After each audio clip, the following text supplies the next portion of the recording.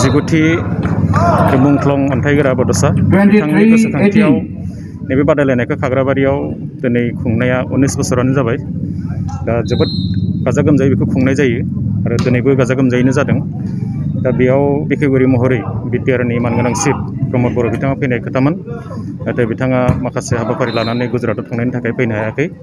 थेवबो बिथांनि जायगायाव डाक्टर सुबांबु बिथाङा फैनानै दिनैनि बुलुर बादायलायनायखौ बिथाङा बेखेवफैबाय आरो दासिम बे सोलिगासिनो दङ।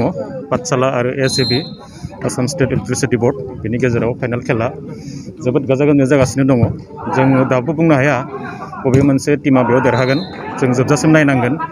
जायखिजाया बुंनांगौ बाथ्राया बेनो, दिनै बिटिआर ओनसोलाव जेरैबायदि गेलेनायखौ लानानै बिथांमोना गोसो बोदों, दा बेखौ फैगौ जोंनि जिखिनि लाइमोन सेंग्रा सिख्ला बिथांमोना जोबोद बेयाव माने गोसो फोरादों आरो इयुननि समाव स्टेट लेभेल, नेसनेल लेभेलाव एबा इन्टारनेसनेल लेभेलाव बिथांमोना जे मोजां साफा गेलेगिरि जानो हागोन, जों बेखौ फोथायनो हायो। आरो बयनिख्रुइ गोजोनथाव बाथ्रा जादों बे खाग्राबारिनिनो बिटिआरनि मानगोनां इएम बिथाङा स्पर्ट्सआव आरो इयुथ वेलफेयाराव बिथाङा बिबान दं हिसाबै, इएम हिसाबै बिथाङा नैबे ओनसोलखौ लानानै जोबोद सांग्रां आरो उदालगुरि जिल्लाखौनो लानानै मोनब्रैबो जि जिल्लायाव जोङो मिन्थिगौ जे बेयाव गेलेनायखौ लानानै जोबोद सांग्रां। बिथांमोना बेयाव गासै जेसेबां 6 सेड्युल दङ नर्थ इस्टआव, बेखौ लानानैबो बिथांमोना फैगौ 15 फेब्रुवारिनिफ्राय बेयाव मोनसे फुटबलनि बादायलायनाय बेखौ होनो सानदों। दा फैगौ समाव बिथाङा बुंदों, जोंनो फोसावदों, स्टेटआव जिखिनि जोंहा काउन्सिल दङ बे काउन्सिलफोरखौ लानानैबो बादायलायनाया सोलिगोन। दा आंनि बुंनांगौ बाथ्राया दिनै बेनो जे जोंनि जाखांफुनाय जे उन्दै उन्दै गथ' लाइमोनफोर बिथांमोना गेलेनायाव गोसो बोनांगौ। बेयो जोंनि देहाखौल' फिट लाखिनायनि खोथा नङा, दिनै जोंनि जे स्पर्ट्स, बे स्पर्ट्सआ मोनसे केरियार हिसाबैबो जानो हायो। आरो दिनै जों नायदों आसामनि एबा बड'लेण्ड ओनसोलनि दा जोंनि गेलेगिरि बिथांमोना जोंनि नेसनेल लेभेल, इन्टारनेसनेल लेभेलाव मुं खामायनो हादों। नाथाय मोनसेल' बाथ्रा जोंनि साननांगौआ जे बे गेलेगिरि बिथांमोना गावनि जि कनसिस्टेन्सि बेखौ मेनटेन खालामनांगौ आरो गावनि फिजिकेल फिटनेसखौ लाखिनानै बिथांमोननि जि सरसा बेखौ मेनटेन खालामबाय थानांगौ। आरो बे गायसननायनि गेजेरजोंनो मोनसे जायगानि मोनसे माने ओनसोलनि एबा साफा जोंनि माने नोगोरारि हिसाबै, मोजां नोगोरारि हिसाबै देशखौ प्रतिनिधित्व खालामनो हायो। आरो बेजोंनो मोनफा मोनफा हारिया, मोनफा ओनसोलाव, मोनफा देशआ सिनायथि मोनो बुहुमाव, बेखौ मेनटेन खालामनांगौ। दा आं बेखिनि बाथ्राखौनो नैबे फैनानै दिनै जोबोद गोजोनदों आरो फैगौ समाव जाहाथे नैबे माने मुंख्लं अन्थाइगोरा बड'सा बिथांनि गोसोखांथियाव जि बुलुर बादायलायनाय खेल, बे जि मेट्च जायो बेहाय भलिबलनि, बेयो जाहाथे इयुननि समाव बेनिख्रुइ साबसिन हामसिन जायो। आं बेखौनो इसोरनि सिगाङाव आङो बे समाव आङो बिथांनिफ्राय आं बोर बिदों जाहाथे बे मोजाङै जानानै थाङो, आं बेखौनो खावलायो। जेराव जों बयबो मिथिगौ जे एबसुआ बे अलराउन्ड डेभेलपमेन्टनि थाखाय खामानि मावो आरो बे बिबानखौ दुलाराय बर' फरायसाफोरा बिबानखौ रुजुनबोदों। दा बेजोंनो मोनफा मोननै आफाद दङ, माहारियारि आफाद, बिथांमोना माखासे इभेन्टखौ लानानै मालाबा खामानि मावो। नाथाय बिथांमोना बेयाव रांखावरिनि जि हालोद बेखौ नायनानै बेखौ बिथांमोना हयथ' जेरैबायदि स्पन्सर खालामनांगौ बेखौ हाया आरो जेरैबायदि खुंनांगौ बेखौ हाया। नाथाय दुलाराय बर' फरायसा आफादा बर' हारिनिल' नङा, जे जोंजों थाफानाय गुबुन गुबुन माहारिफोरनि थाखाय बा बेयाव जौगानांगौनि थाखाय बेयाव गासै इभेन्टखौनो बेयाव बिथांमोना लाफायो। बेयाव स्पर्ट्स होननानै नङा, बे स्पर्ट्सनि गेजेराव हारिमु थायो, हारिमुजों आबादारिनि खोथा साननाय जायो। आरो बेजों लोगोसे दिनै जोंनि इयुथफोरखौ जिखिनि आनएमप्लयमेन्ट जानानै दङ बिथांमोनखौ माने जिखिनि दा जब नांगौ, प्लेसमेन्ट, बिनि थाखायबो दुलाराय बर' फरायसा आफादा सानबोदों।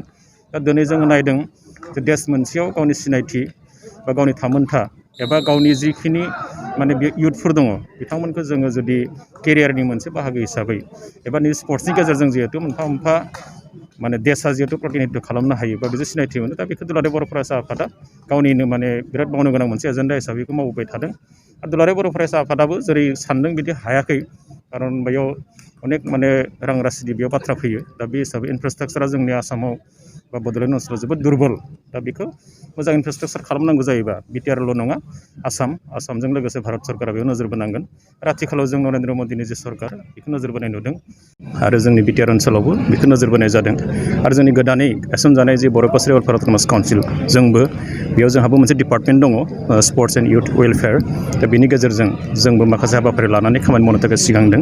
दा आं आसा खालामदों फैगौ समाव जोंनि मोनसे मोजां थासारि फैगोन आरो बे थासारिखौनो जोङो केपिटेलाइज खालामनानै, मुलधन खालामनानै फैगौ समाव जोंनि लाइमोन सेंग्रा सिख्लाफोरखौ जोङो नैबे स्पर्ट्सनि जि माखासे जि आयदा, बे आयदायाव जाहाथे जों बिथांमोनखौ मोजां मोनसे लामा दिसा होनो हायो, आं बेखौ नोजोर बोदों।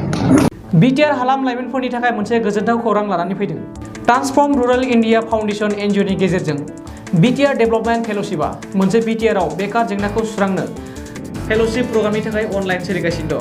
बिटिआर गभ एडमिनिस्ट्रेसनजों लोगोसे खामानि मावफानो मोननाया गोसो गुदुं लाइमोनफोर आरो गोरों गोरा मानसिफोरनि थाखाय बेसेन गोसा सुबिदा। लोगोसेनो बेयो मोनसे बिटिआरनि सिङाव थानाय सुबुंफोरनि समाजनि जेंनाफोरखौ सुस्रांनायनि मोनसे मोजां लामा। ब्लक लेभेलाव खामानि मावनाय ओनसोलखौ जौगाहोनाय बिथिं एबा आयदाफोर जेरै एग्रिकालचार आरो sericulture livelihood, education, skill development, employability, entrepreneurship, फिसा आरो गिदिर कारखानाफोर, health and nutrition, drinking water and sanitation, बोथोर सोलायनायनि सायाव नोजोर होनाय बायदि बायदि। बे फेल'शिप प्रग्रामा 3 बोसोरनि आरो बे प्रग्रामखौ लाग्रानो दान मोनसेयाव 20,000 दान बान्थाबो होनाय जागोन। नोंथांमोनहा बे प्रग्रामाव बाहागो लाफैनो हागोन आरो बिटिआरनि जौगाखांनायाव गावनिबो आखाइ होफानो हागोन। बे हाबाफारिनि थाखाय नोंथांमोनहा फैगौ 10 जानुवारि 2022 खालारसिम वेबसाइटनि गेजेरजों अनलाइन एप्लाइ खालामनो हागोन। अनलाइन खालामनो थाखाय गोसो गुदुं नोंथांमोना गाहायाव होनाय वेबसाइटआव अनलाइन खालामनो हागोन। मोनसे गोजोनथाव खौरां। गोजोननि नोगोर क'क्राझाराव थानाय बाजार इन्डिया आरो एमआरएम हस्पिटाल साखाथियाव बड'लेण्ड थेरापिस्ट सेन्टाराव थुब्ला ब्रह्मआ गुबुन गुबुन रोखोमनि सानाय सुनाय गोनां सुबुंफोरनि थाखाय फाहामथाय होनाय जायो। जेरै जान्जि सानाय, हान्थु सानाय, गोदोना सानाय, आदै सानाय, आफादावदै सानाय, जानजि जरा सानाय, खर' सानाय, सिनस्रि जरा सानाय, बैफोरबायदि सुबुंफोरनि सानायफोरखौ फाहामथाय होबोगासिनो दं। सोरबाफोर बे बेरामाव गोग्लैनाय सुबुंफोरा बे खाबुखौ लानो हागोन।